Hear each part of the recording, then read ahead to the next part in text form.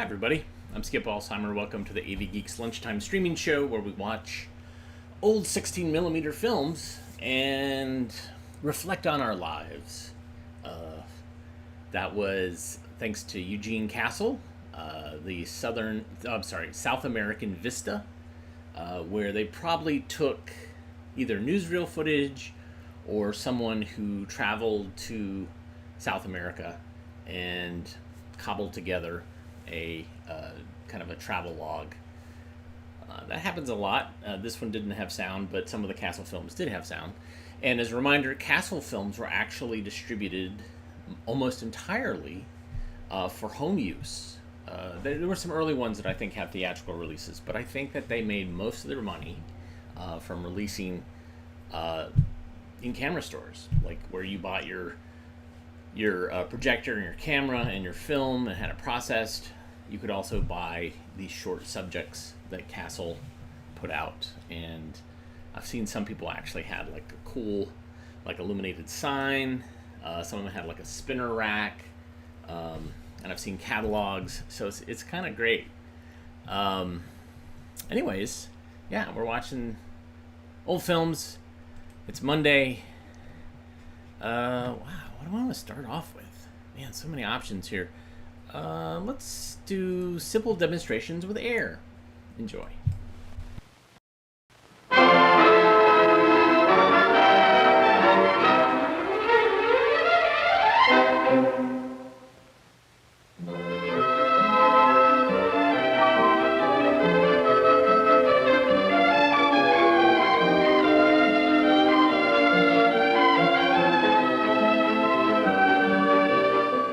Do you think this glass is empty? Actually, it's full of air. Air is all around us. We can't see air, but by performing some simple demonstrations, we can see many of the things it does. We can see that this glass is full of air when I push it underwater. The air in the glass takes up space and prevents the water from entering.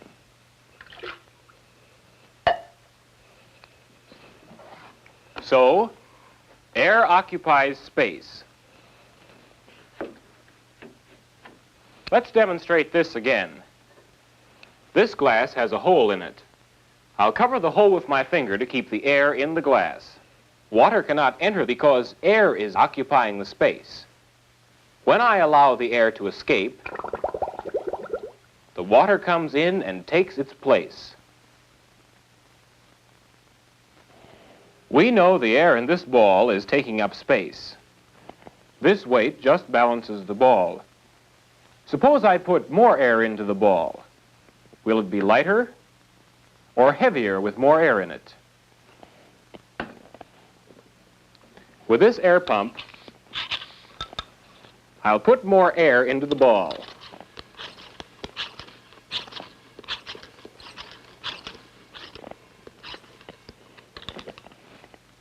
Now let's weigh it.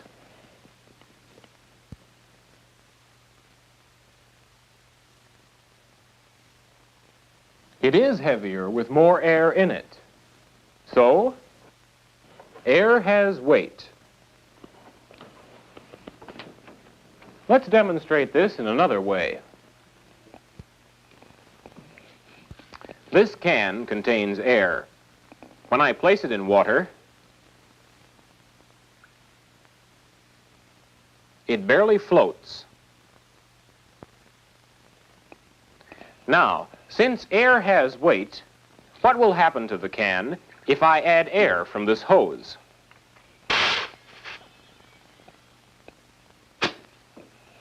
Will it be heavier?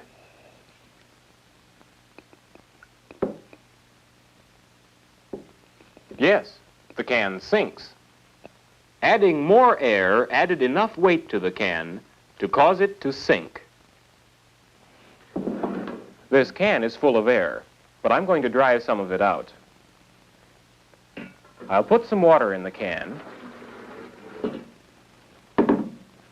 and this hot plate will boil the water, changing it to steam.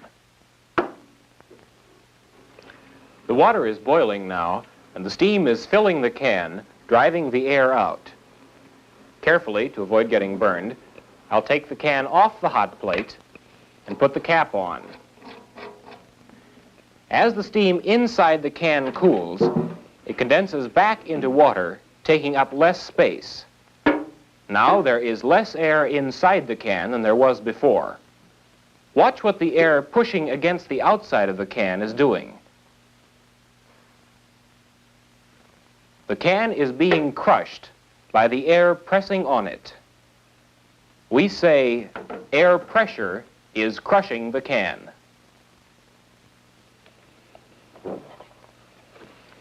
Air exerts pressure. We had very little air pressure inside the can.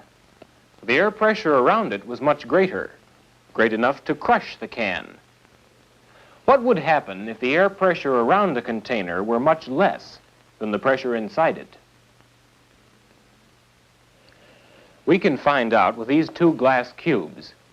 They're filled with air and sealed so the air cannot escape. This pump, called a vacuum pump, can remove much of the air from this jar.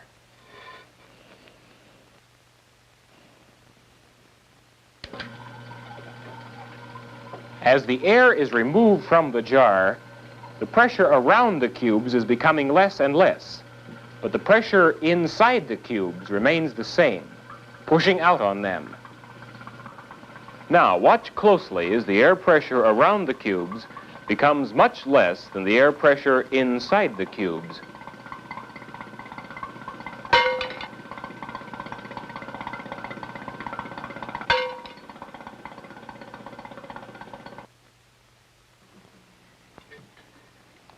We've seen two effects of changing air pressure. This balloon will help us see what happens as the air pressure changes in the jar. I'll pump the air out of the jar.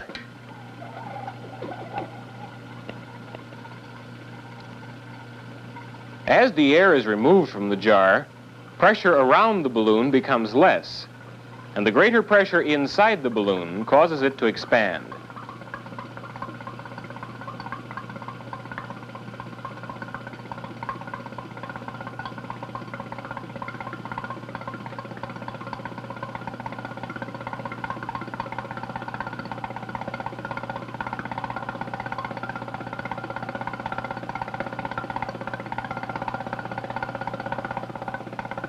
Now, I'll let air back into the jar. As the air pressure increases, it pushes in on the balloon, making it smaller. The balloon does not change in size when the pressure inside and outside the balloon is the same. That's why our bodies are not crushed by air pressure. There is pressure inside our bodies that is the same as the air pressure outside our bodies. How great is the air pressure around us? Here's one way we can measure air pressure. This glass tube is sealed at one end. I'll fill the tube with mercury, a liquid metal.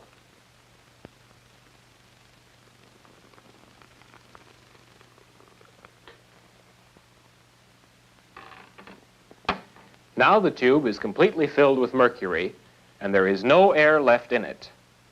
I'll place the open end in this bowl of mercury.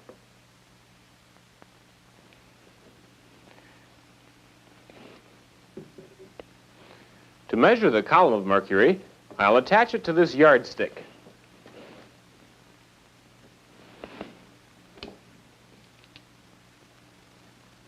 Now, do you know what I've made?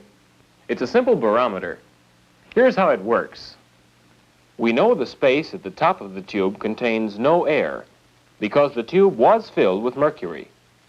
So there is no air pressing down on the top of the mercury column. But at the bottom of the barometer, there is air pressing down on the mercury in the bowl. This air pressure holds the mercury up in the tube. By measuring the height of the column of mercury, we can measure the air pressure. At sea level, normal air pressure will hold up about 30 inches of mercury. Now, let's see what will happen if we change the air pressure on the mercury. To change the air pressure, we'll use a barometer sealed in this tall jar. The jar is connected to the vacuum pump in such a way that I can pump air into the jar as well as out of it, changing the air pressure on the mercury. Of course, this will change the pressure more than it would ever change in our atmosphere. When I use the pump to remove air from the jar, the pressure supporting the mercury column becomes less. The column of mercury gets lower. Now, I'll pump air into the jar. As the pressure increases, the column of mercury gets higher. By measuring the height of the mercury column, we can measure the change in air pressure. Scientists know that when the air pressure around us changes, the weather usually changes. So, measuring the height of the mercury column helps us in predicting the weather. Many newspapers tell what the barometer reading is every day. So, air is all around us, and even though we can't see it, we can see the things it does. Let's remember what we've seen. Air occupies space. Air has weight. And air exerts pressure.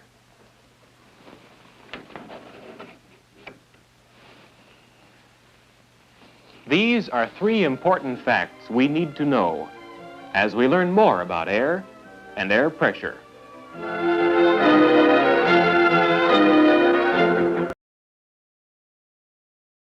You guys crack me up in the comments. The Freddie Mercury and then sing the song about pressure. Oh my goodness. All right. Here's a film that I would love to be updated and shown to everyone. Current events, understanding and evaluating them. Enjoy.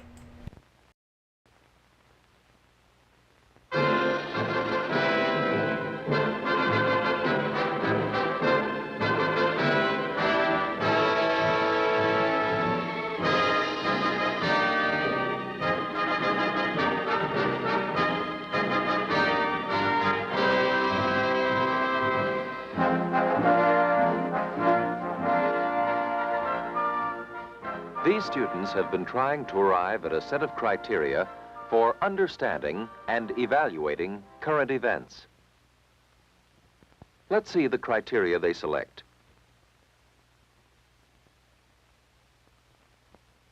The first one is reliability of information.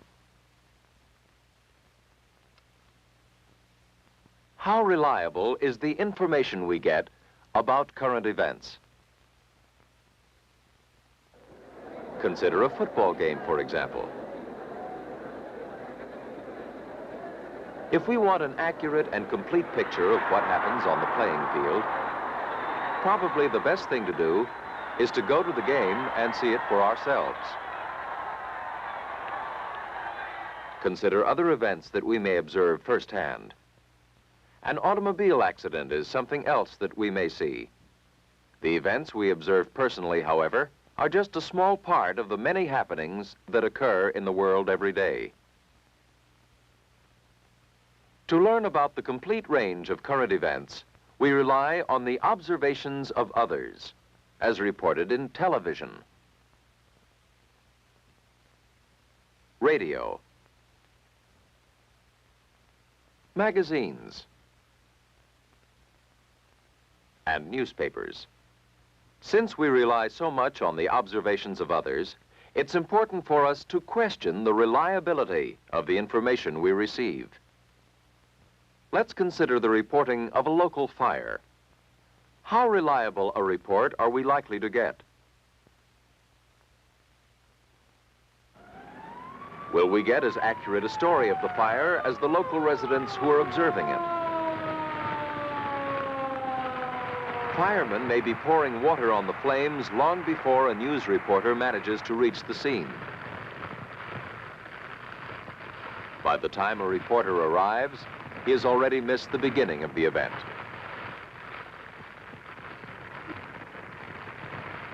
Even the things he sees now will not all be written down. Later, when he phones the information into the newsroom, there are other possibilities of error. He will be rushing to send his information into the news office, where it will be received by a rewrite man. Using the principal facts as given to him, the rewrite man may make further changes involving emphasis, interpretation, and style. When the story is brought to the editor, he may make further changes.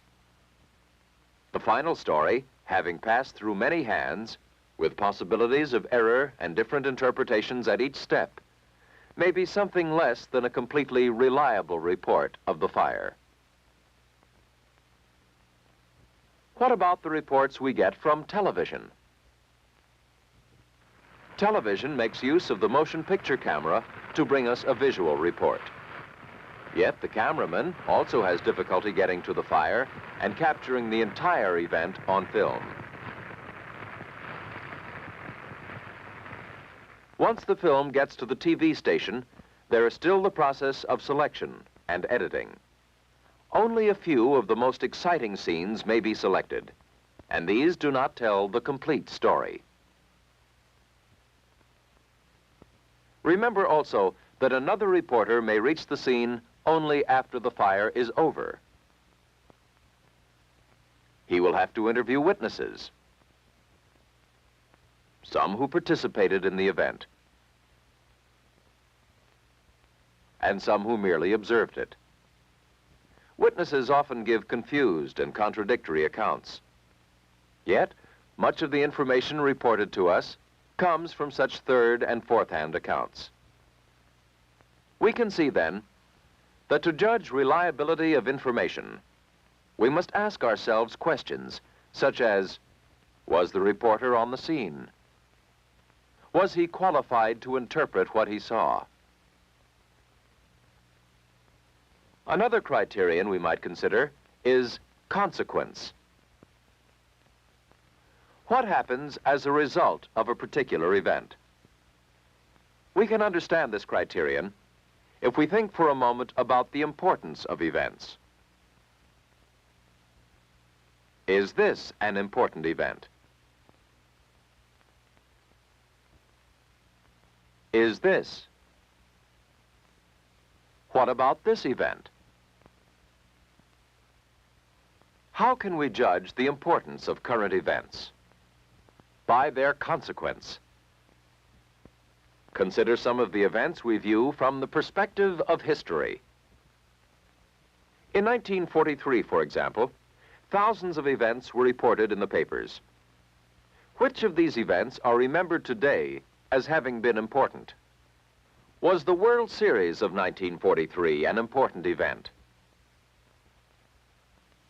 The tense battle between the Yankees and Cardinals involved the interest of millions. It was exciting to watch, but the consequence of this event was slight. Few people today would remember who won or who lost. In contrast, consider the American invasion of Italy that same year. This event of the Second World War directly affected the survival and future welfare of millions of people. It had tremendous consequence. That's why this event is recorded in the pages of our history books. The consequence of an event may be considered in two ways: consequence in relation to time, and consequence in relation to place. For an example of consequence in relation to time, let's consider the successful flights achieved by the Wright brothers at the turn of the century.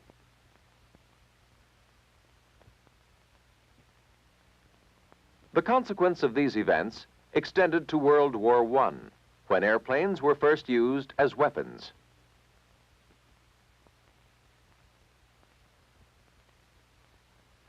to 1918, when President Wilson instituted the first airmail service in the United States, to 1927, when the first solo flight across the Atlantic was completed by Charles Lindbergh. Each subsequent development in the history of aviation can be considered as a consequence in time related to the happenings of an event that occurred over half a century ago. What about the future consequence of a present-day event? Is it likely that this event will trigger other events in the next 10, 20, or 50 years? We must try to judge consequence in relation to time if we are to gain an understanding of current events. Now let's consider consequence in relation to place. We might ask ourselves, how much of the world will be affected? Think about an event such as the outbreak of war in Korea. Although the place of this event was within one small country, its consequence spread beyond Korea, beyond China and other countries of East Asia, until the conflict involved almost all of the major nations of the world. In the United Nations at that time, 52 countries voted to give military aid to the Republic of Korea. So people from many lands felt the consequence of this event. This consequence in place is what made the event so important. We have seen three criteria that might be used to evaluate current events: reliability of information, consequence in relation to time, and consequence in relation to place. Of course, while these criteria have been selected by this class, there are many other criteria which we may prefer for our own use. The important thing to remember is that each of us needs to develop a critical approach for analyzing and evaluating current events if we are to gain a clear, useful understanding of the affairs of our world today.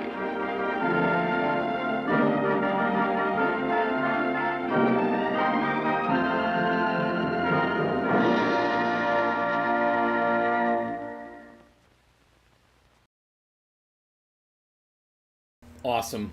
Yeah, would love to update that and think about the shortcuts that have been taken to get you information. Let's see, what do we got?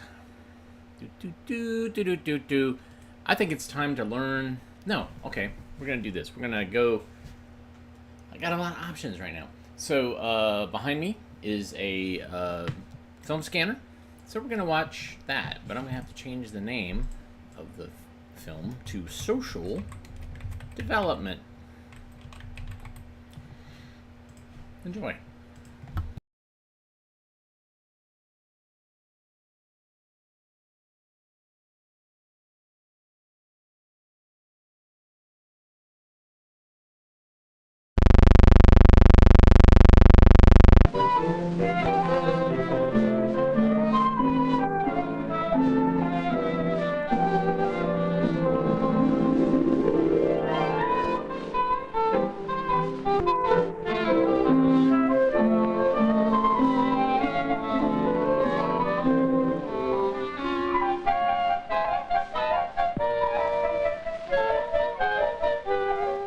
The Jones family, arriving at the beach for the summer, greet their old friends, the Browns.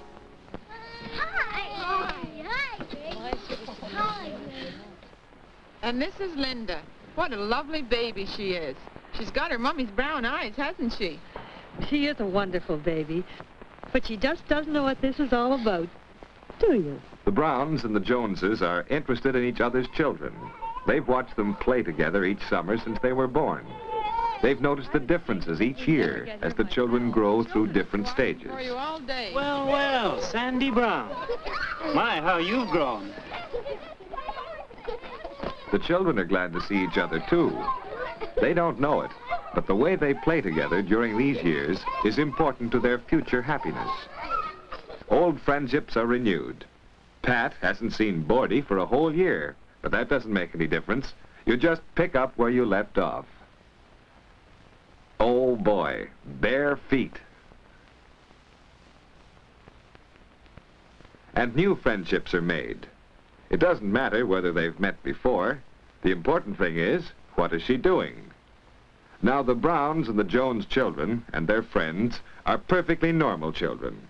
Let's see how they feel about other people as they grow up. Little Sandy, who is 1½, likes to be near people, but he plays happily by himself for hours, just enjoying his own power of moving things around, experimenting. He is interested in other babies, but he doesn't know how to say, "How do you do," in a grown-up way. This is how he establishes contact. It's not dislike of the victim, it's another experiment.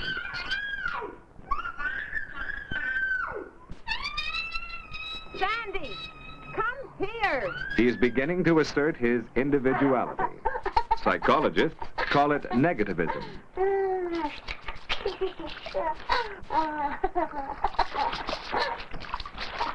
Watch it, Mrs. Brown. Getting angry just makes the situation worse, because then everybody's angry. Insistence on obedience at this age is a sure way to develop a future negative behavior.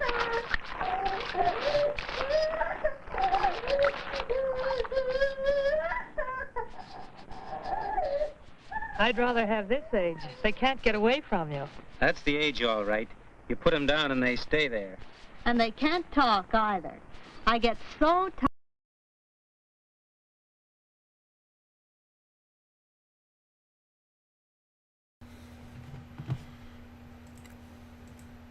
So I don't know if you can see. See if I can move this. This is all wrapped up, but oops. I just disconnected the webcam. There it is. That's kind of flaky. I was going to show you that basically the film started warping off the reel, and then I basically took down the webcam while I was trying to show you that. Monday. All right. Let's watch Bicycle Safety Rules of the Road. Enjoy.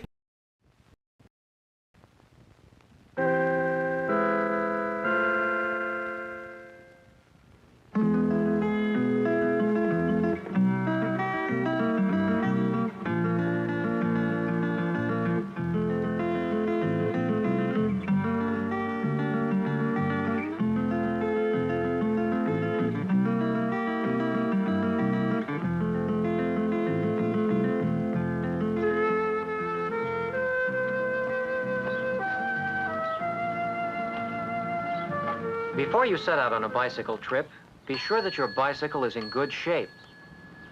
Of course, it has to be the right size bicycle and be adjusted to fit you. It also has to be outfitted with all the safety equipment required in your state and community.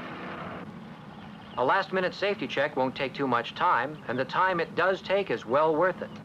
You don't want any breakdowns, blowouts, or fall-offs on your trip.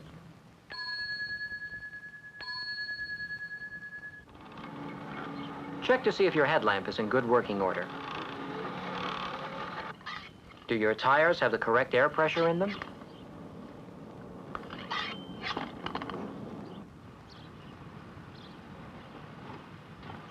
And finally, check your brakes by taking your bike on a short test run. You must have good working brakes to drive on the street. As you can see, a bicycle is made for one person to drive. Driving double leads to trouble no matter where you are. Your bike was built for one person, and that's you. There. Your bike is ready to go. But are you?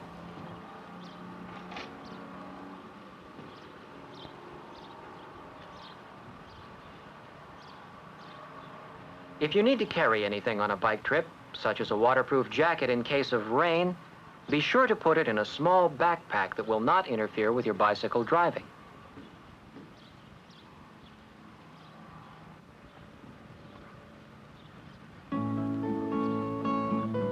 So let's go, but let's go safely. And that includes stopping at the end of your driveway. Look left, right, and left again for traffic before entering the street. On a day like this, it's great to own a bike. You can see so much more, feel so much more. Besides, you are in command of how far you go and how fast. Hi, are you ready to go? Okay, let's follow the rules of the road. You drive it in much the same way an automobile driver drives a car.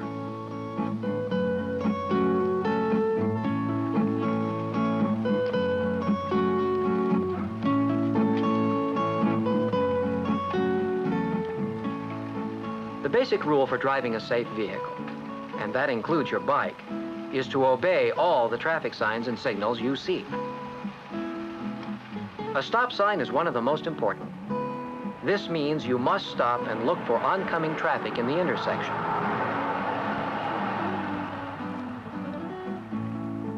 When there is no traffic, cross the intersection quickly. This sign is to tell drivers that a school crosswalk is nearby and to watch for children. And this means there is a crosswalk ahead where school children cross the street.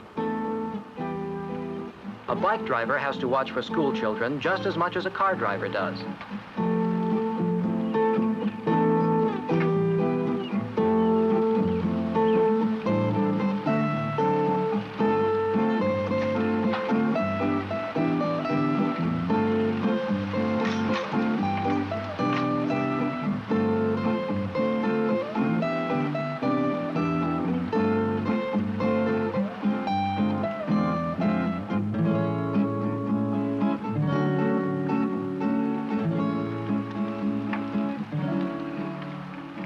You should know what all the signs on the road mean and what you are supposed to do when you see them.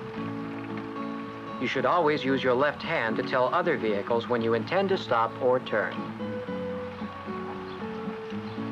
This hand signal indicates that you are going to slow down and stop.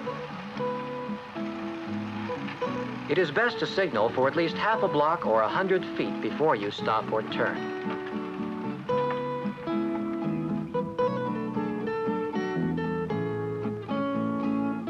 This hand signal is for a left turn.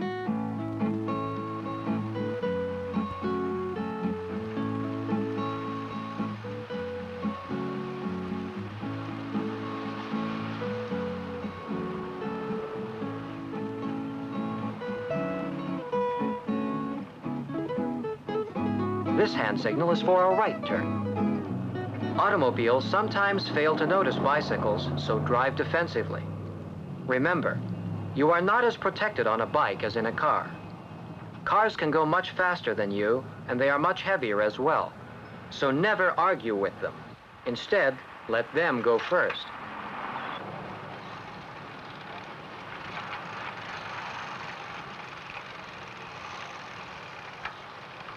If you intend to turn where there is no stop sign, you should still make a hand signal so that vehicles behind you know what you're going to do.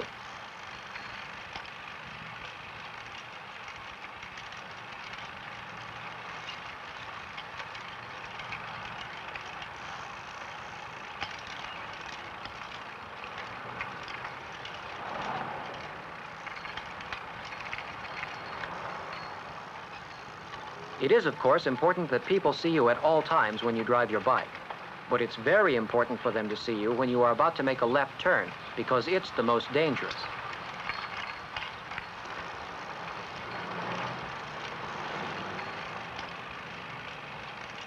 It's especially important to remember this when you approach an intersection with traffic lights.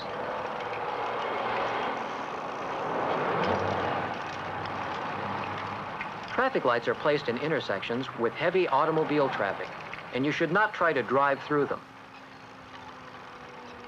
If you want to turn left or just cross the street, get off your bike, press the button if there is one, and wait for a green light or walk signal.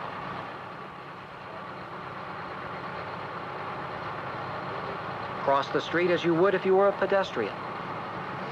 First to one intersection, then to the other. This is called squaring the corner, and it's the safest way to make a left turn at a busy intersection.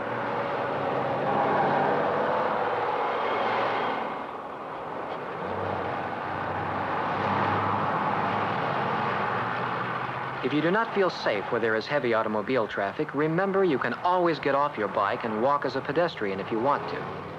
Or if there's a bikeway alongside the busy highway, drive on it.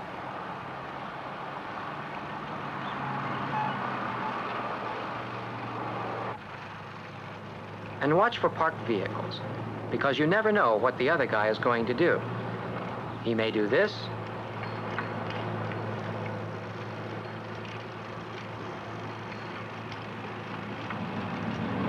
or this,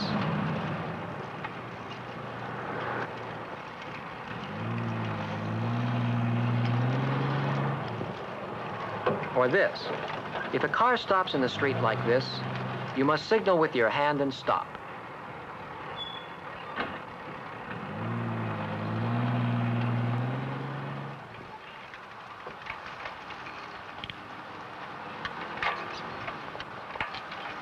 Avoid driving your bike in heavy traffic.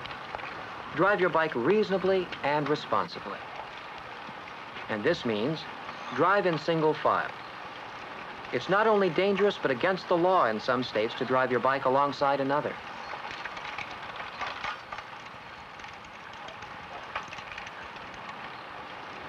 Drive with the flow of traffic, not against it, and keep to the right. You should be aware of road conditions as you drive your bike. Watch out for obvious hazards and exercise more caution on wet streets where your tires might slip.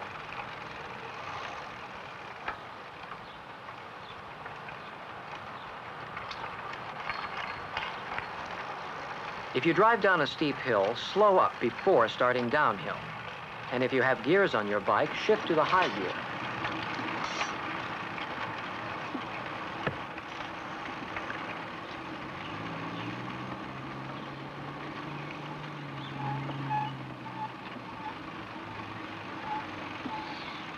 Use good judgment with your speed and only drive as fast as is safe for you. Remember, good brakes and control of your bike are very important when you are driving fast. By now, it might seem to you that there are more bike rules and regulations than there are parts on a bicycle. And there are a lot of signs, signals, and rules to remember. That's why bike trips are so much fun. Because where there are no people and no other traffic, you can use your bike for sports and just plain fun. Driving here, there are no road signs, so you must rely completely on your common sense. Because you can have an accident here just as easily as you can in the city.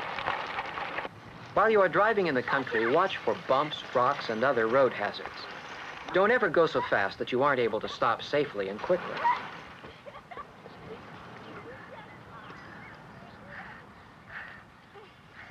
All of these rules and regulations, both in the country and in the city, are really made for you.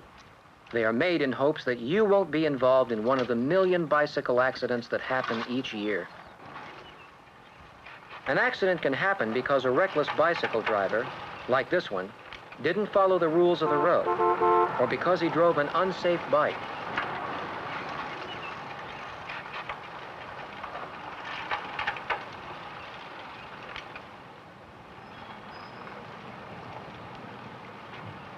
If you fail to follow the rules of the road, you may, like any other vehicle on the street, be stopped because you have become a hazard to others and to yourself. Most likely, this won't happen to you if you keep your bike in good condition and if you use common sense while driving it.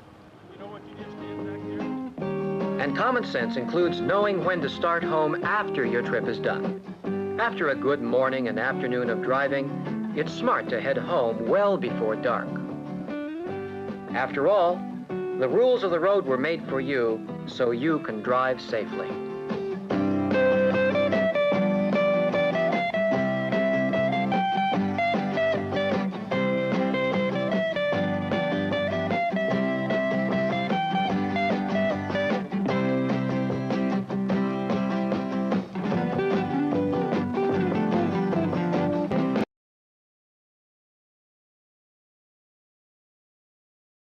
Yeah, okay, great.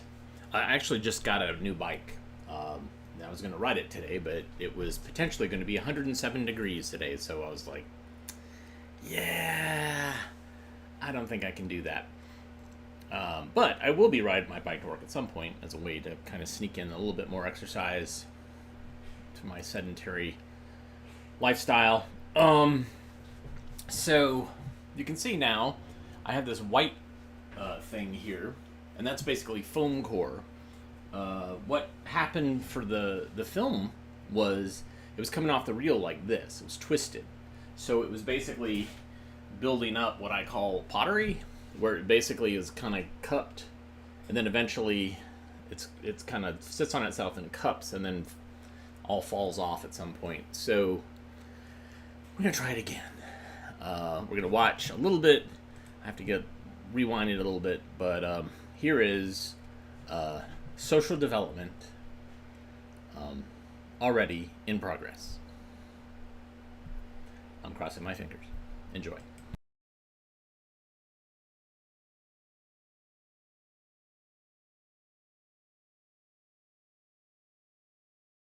Before, the important thing is, what is she doing?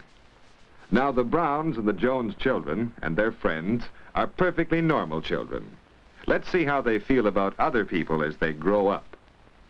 Little Sandy, who is 1½, likes to be near people, but he plays happily by himself for hours, just enjoying his own power of moving things around, experimenting.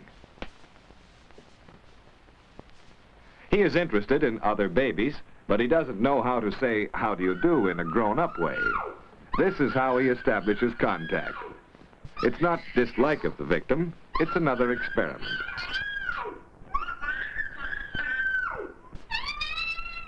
Sandy, come here. He is beginning to assert his individuality. Psychologists call it negativism.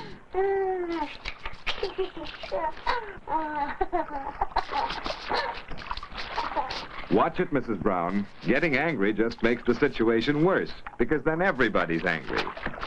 Insistence on obedience at this age is a sure way to develop a future negative behavior.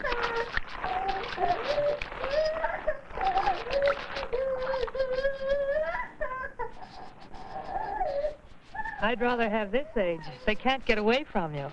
That's the age, all right. You put them down and they stay there. And they can't talk either. I get so tired of hearing, "Mommy, get me this. Mommy, I want that." You don't talk like that, do you? Oh, she's at the shy age, isn't she? Don't be shy, Linda. Let Frances see you smile. Yes, Linda likes people, especially if she knows that Mommy is right with her.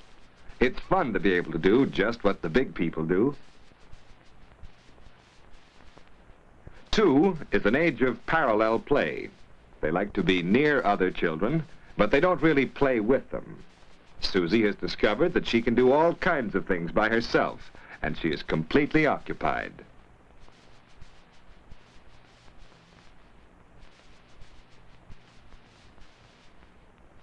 Jay is very busy too.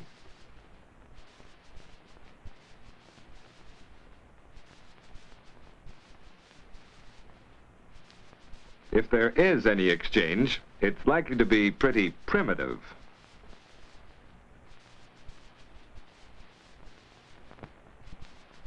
By about 3, there is a better understanding of how to play together, especially if there are enough toys to go around. Roddy Jones, who is 3, has mastered enough speech so that he can play with other children without grabbing and pushing.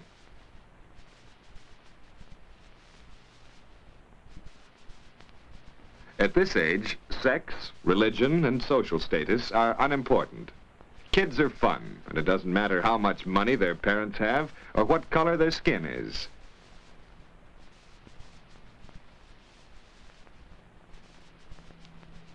Make-believe play becomes increasingly important. 3 or 4-year-olds go beyond just pretending to be other people or animals. They begin to use anything they find around to create imaginary situations, such as boats made of cardboard boxes.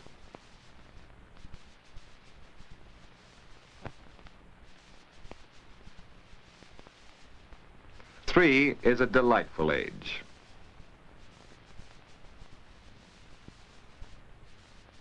But nevertheless, 3 is the peak age for quarreling. There's a scrap every few minutes, and they're not fooling.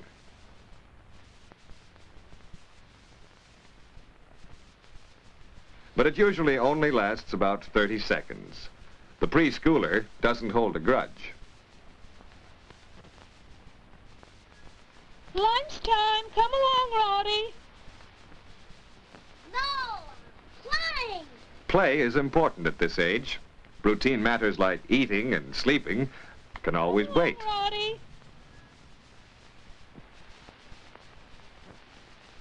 Roddy, lunch is ready. Come along. But at about 3, he begins to conform to other people's wishes.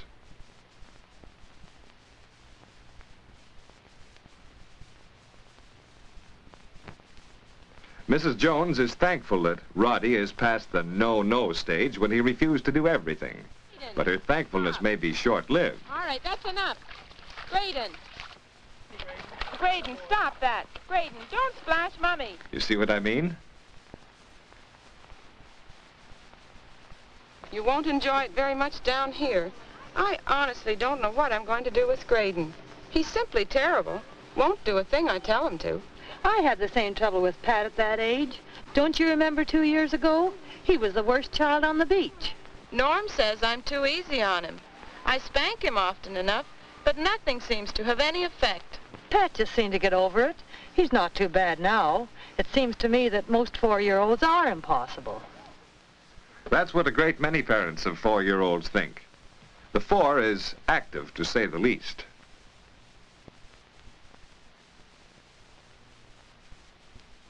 His play makes sense to him, but to adults nearby, it may seem unreasonable and annoying. He has more muscular control, and he loves to show it off. In fact, showing off is often one of his favorite sports.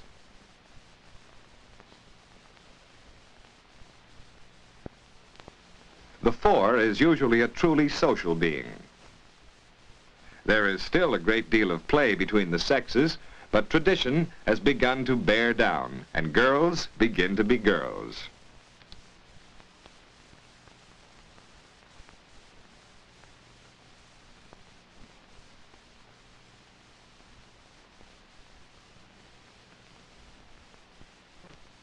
By 5, they are even better organized, and they like to play with others of their own level of ability.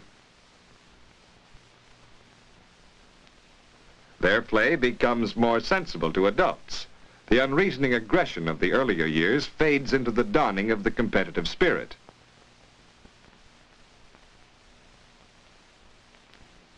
Leadership begins to show. Size, age in relation to the group, and intelligence all count. The leader must win the confidence of his friends and then retain his position by starting new games and providing pleasant experiences for the gang.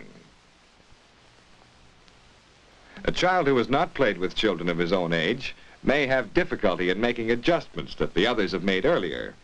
Because he doesn't know how to give and take, he may be the butt of teasing. Or if he's bigger, he may try to assert himself by bullying the smaller children.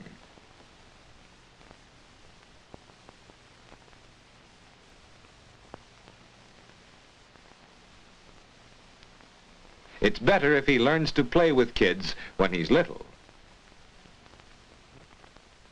Pat Jones is 6 now, and he belongs to a gang. Family and immediate neighbors are not as important as they were. The gang dominates what he wears and even how he wears it. It influences what he thinks and the way he speaks. About this age, most parents think that their child has fallen under the evil influence of a neighbor's child, and the neighbor very likely thinks the same thing.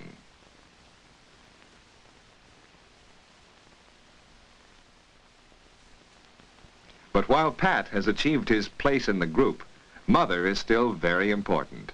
He is at the push-pull age, when he wants to move out into the wider world, but yet he feels the tug of home. Now Mrs. Jones has a chance to help him feel that he can be a proper member of the gang, and yet not let down the standards of the Jones family. Gangs develop among both sexes, but at this age, the gang has not yet become formal.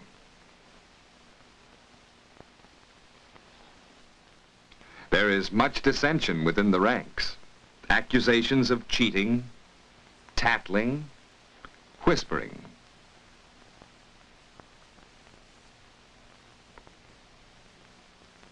Enemies one moment can be bosom friends the next.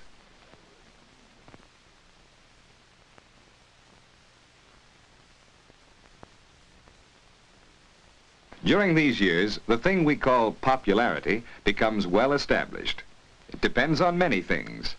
Appearance is important, but friendliness, enthusiasm, and adaptability count for a great deal. Usually it is related to the amount of outgoing energy that the child expends. The popular child is not necessarily the prettiest nor the best, but she is outstanding in some way. Among children, hidden virtues remain hidden, although the quiet child may really be happier than the favorite.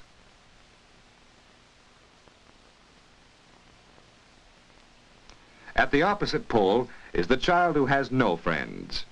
Perhaps she is different from the crowd, too intelligent or too dull.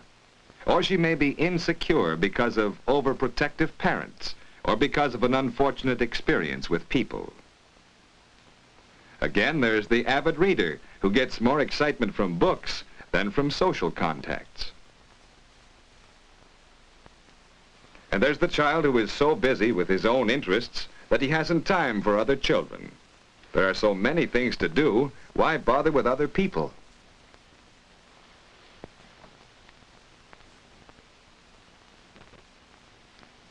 Wendy, would you look after Pat if I let him go to the pier to swim? I certainly won't. If he can't look after himself, he doesn't need to go. I'm going over to Nancy's.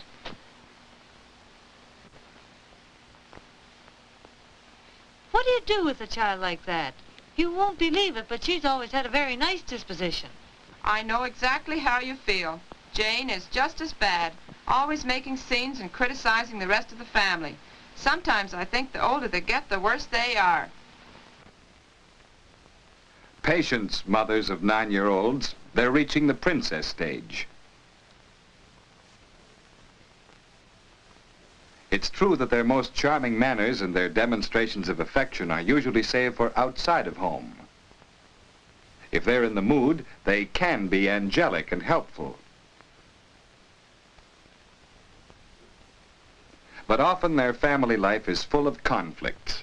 Mothers must be very understanding to let them have their heads and yet give them the guidance that they need. But there is comfort in the knowledge that they will soon reach the leveling off period that usually comes with adolescence.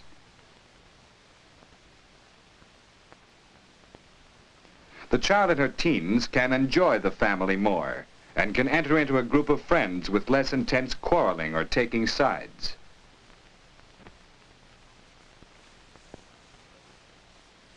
Mrs. Jones and Mrs. Brown, like most mothers, watch with love and anxiety while their children grow up.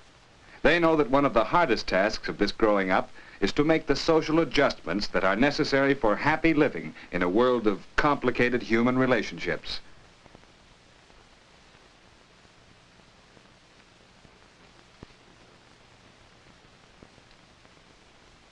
Linda is a self-centered little person, interested only in her own feelings. In a few short years, she will stand on the threshold of adolescence. Will she be able to face the confusing inner urges and the outward pressures of society? With the understanding help of her parents, she will. If, like Roddy, she finds a happy relationship with them based on mutual respect for each other's wishes.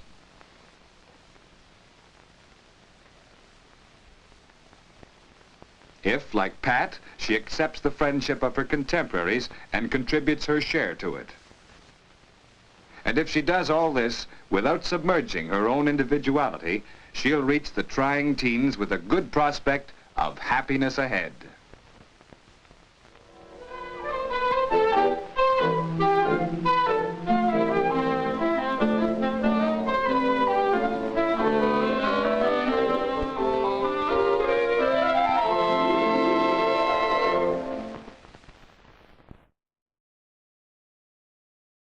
A Boot. Crawley Films was a Canadian educational film company who did stuff for McGraw-Hill but also they did their own films, and they did stuff for National Film Board of Canada. And I met someone who was a film archivist whose father actually worked for Crawley Films. It was really fascinating to kind of talk to him. And yeah, their stuff is really great. All that social development stuff, this is part of a family dynamics. This is what you would learn if you got a degree, college degree, in home economics.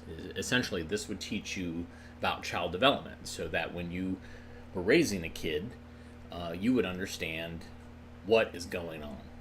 Like, what is the deal with this kid?